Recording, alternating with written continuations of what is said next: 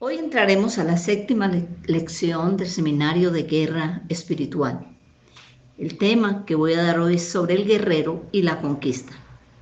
Para entrar en este tema, necesitamos comprender que la conquista puede referirse a tres campos, todos al igual de importantes. Yo hoy me voy a referir al primer campo.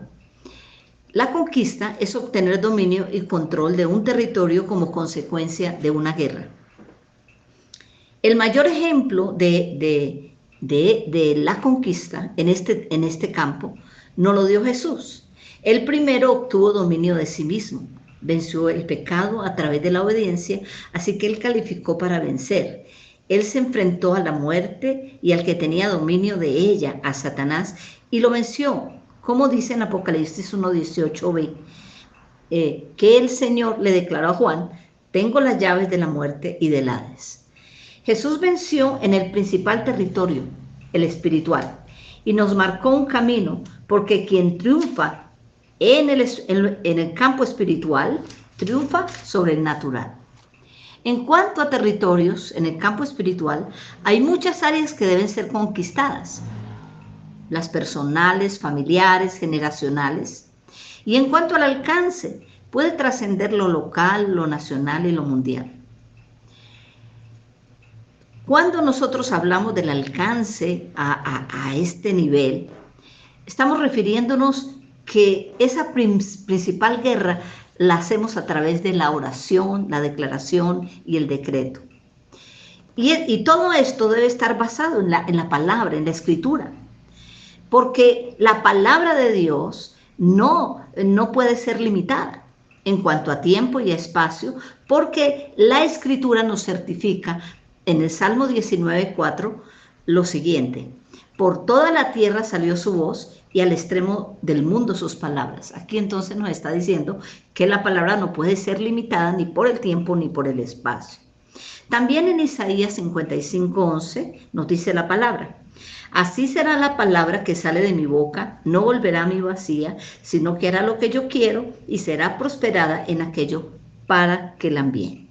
Entonces aquí nos está dando la certeza que la palabra que nosotros declaramos, bajo esa guía del Espíritu Santo, siendo direccionados, como hablamos en el anterior tema que tocamos del Espíritu Santo en la guerra, que el Espíritu Santo nos da las declaraciones, nos da las estrategias, esa palabra que nosotros lanzamos, decretamos, declaramos, guiados por el Espíritu Santo, es una palabra que está saliendo de la boca de Dios y nosotros somos sus instrumentos. Esa palabra no vuelve vacía, sino, dice la Escritura, que él será prosperada en todo aquello para lo cual es enviada.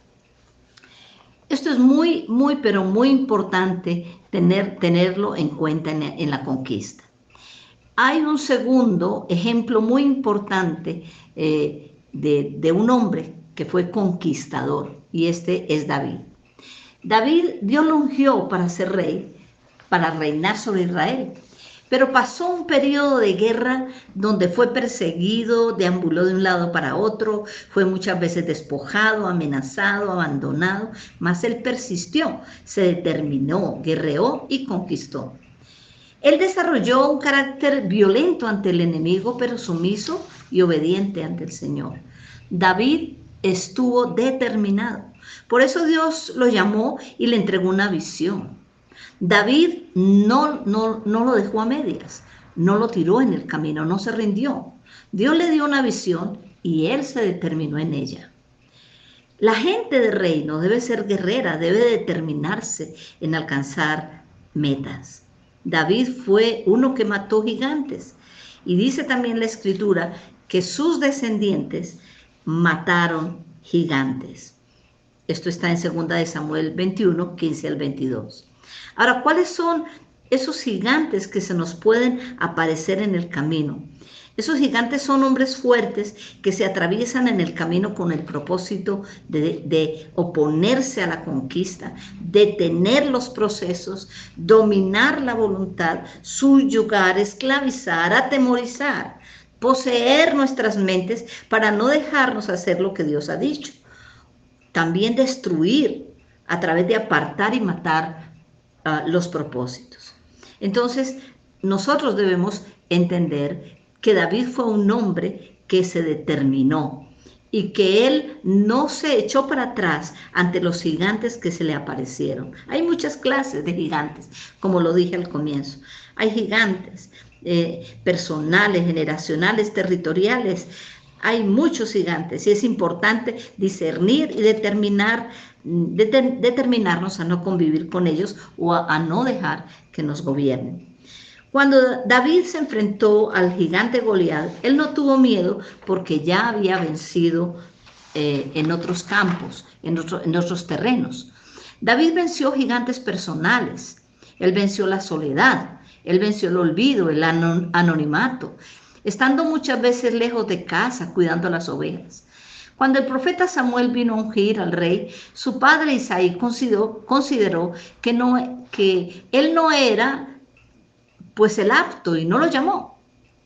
Él era el menor y sin embargo estaba lejos de la casa y olvidado. David venció las intimidaciones del oso. En 1 Samuel 17:34 dice esto, que él venció al oso y al león. El oso es por lo general un animal grande y corpulento y el león es feroz, tiene un rugido feroz. Se hace necesario identificar los gigantes de nuestras vidas que hoy nos están impidiendo para alcanzar victorias, para conquistar lo que Dios nos ha dicho. Esos gigantes personales pueden ser, por ejemplo, el conformismo, la depresión, el temor y la incredulidad, el orgullo y la soberbia, el carácter inestable o de doble ánimo, el adulterio y la seducción, la fascinación por el mundo, la distracción, la avaricia, el amor al dinero. Cuando no vencemos estos gigantes, ellos entonces nos dominan, son los dominadores, y nos convertimos en sus siervos, entonces nos subyugan. Solo hay dos caminos, ¿vencemos o somos vencidos? David también venció gigantes generacionales. Estos son aquellos que se hacen parte de la familia y que entran a través de iniquidades generacionales. Él declaró en el Salmo 51:5, he aquí en maldad he sido formado y en pecado me concibió mi madre. Aunque no está claro qué fue lo que pasó con David, sí se puede entrever un gigante de rechazo generacional. Él lo declaró en el Salmo 27:10, aunque mi padre y mi madre me dejaren, con todo Jehová me recogerá. También los hermanos de David no lo apreciaban. Cuando él quiso pelear contra Goliat, sus hermanos eran soldados de Saúl y ellos dijeron, pero ¿para qué ha descendido este acá? ¿Y a quién le dejó esas pocas ovejas en el desierto? Yo conozco, dijo un hermano, su soberbia, su malicia de corazón, que para ver la batalla ha venido. Eso lo pueden encontrar en 1 Samuel 17:28. David también venció gigantes territoriales. El oso era un animal peligroso y el león un animal feroz que amenazaba a las ovejas. Ellas representaban espíritus territoriales que azotaban la región. David se enfrentó a ellos y los mató. Esto lo encontramos en 1 Samuel 17, verso 34 al 36. Estas victorias le hicieron calificar para matar a un gigante que amenazaba la nación. Y ese gigante fue Goliat. Él declaró en 1 Samuel 17:37, Jehová que me ha librado de las garras del león y de las garras del oso, él también me librará de la mano de este filisteo. Y dijo Saúl a David, ve y Jehová esté contigo. Entonces, el primer campo que yo he querido compartir con ustedes es el campo, en donde tenemos que obtener dominio y control de un territorio que está dominado por gigantes, que está dominado por hombres fuertes que no nos dejan llegar a la meta o al propósito deseado. En segundo lugar, hay otro campo muy importante que tiene que ver con la conquista. La conquista tiene que ver con ganar y conseguir una cosa venciendo obstáculos, venciendo obstáculos. Por eso allí Dios le dijo a Josué, allí en Josué 1:9, mira que te mando que te esfuerces y seas valiente, no temas ni desmayes, porque Jehová tu Dios estará contigo en donde quiera que tú vayas. Muchas veces muchos obstáculos se van a presentar en el camino. Muchos obstáculos van a hacer que nosotros retrocedamos. A veces no solamente tiene que ver con algo territorial o algo generacional o personal, a veces tiene que ver con contiendas, a veces tiene que ver con oposiciones, a veces tiene que ver con persecuciones, tantas cosas que pueden llegar a nuestra vida.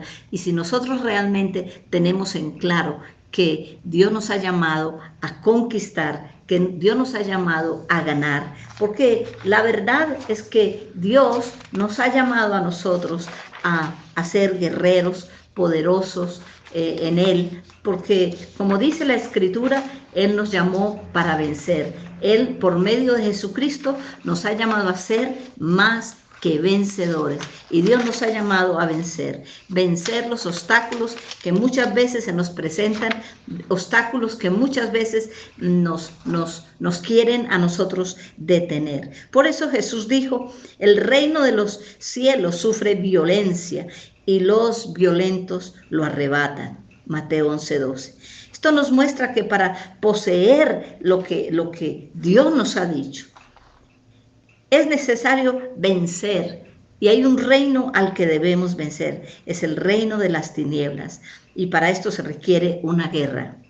Así que hay muchos grados de dificultad, de obstáculos, por los cuales se requiere una violencia espiritual, y para ello necesitamos determinación, fe, visión, objetivos claros y conocimiento de lo que se va a conquistar.